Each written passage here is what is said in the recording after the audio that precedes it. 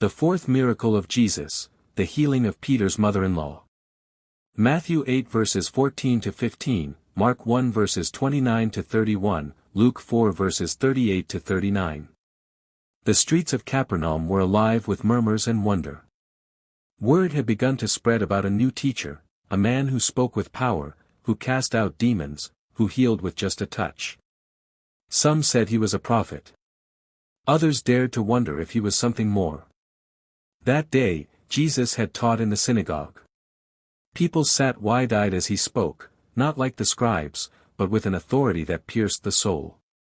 And when a man possessed by an unclean spirit cried out, Jesus simply said, "Be quiet. Come out of him." And the demon fled.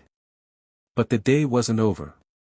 After leaving the synagogue, Jesus walked with Simon Peter and Andrew, along with James and John, through the stone-paved streets of the village. They weren't going to another crowd. No mountain sermon. No gathering at the sea. They were going to Simon's house. Inside, the home was quiet, but not with peace, with worry. Peter's mother-in-law lay in bed, her body flushed and trembling. A high fever had overtaken her, stealing her strength, her voice, her ability to move. She could barely lift her head. Family stood near, helpless. They had seen what Jesus had done that morning, but this was different.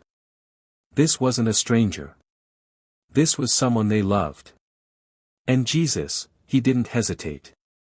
He walked to her side, leaned down, and took her by the hand. No words of drama. No long ritual.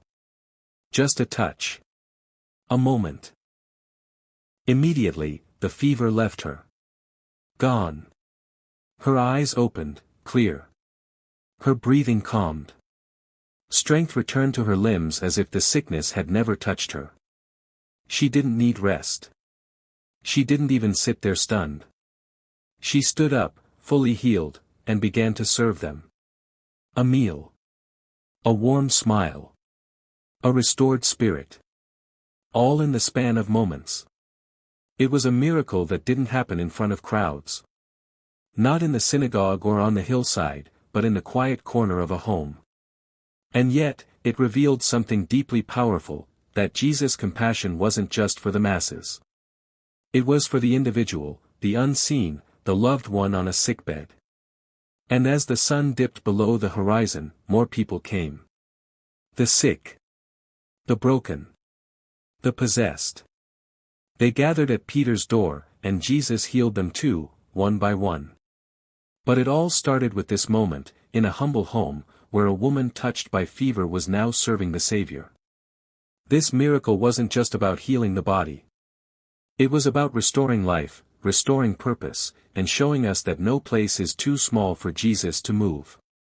He touched her hand, and the fever left her, and she got up and began to wait on him. Matthew 8 verse 15. Maybe you've been in that quiet place, tired, unseen, struggling in silence. Or maybe someone close to you needs healing.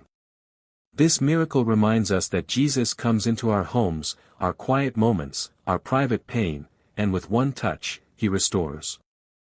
It also shows us what to do once we've been healed: rise, and serve. Healing is a gift, but our response is part of the story too.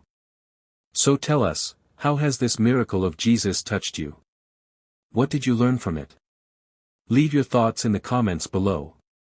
Don't forget to like, share, and subscribe for more miracles and messages from the life of Jesus.